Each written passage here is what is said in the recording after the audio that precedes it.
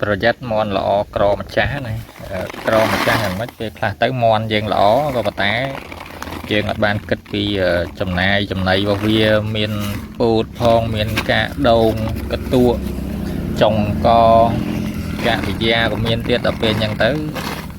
ស្រូវបដោះទៀតចង្ការទៅយើងអត់បានគិតពីចំណុចទាំងអស់ហ្នឹងថ្នាំផងអីផងបោកទៅ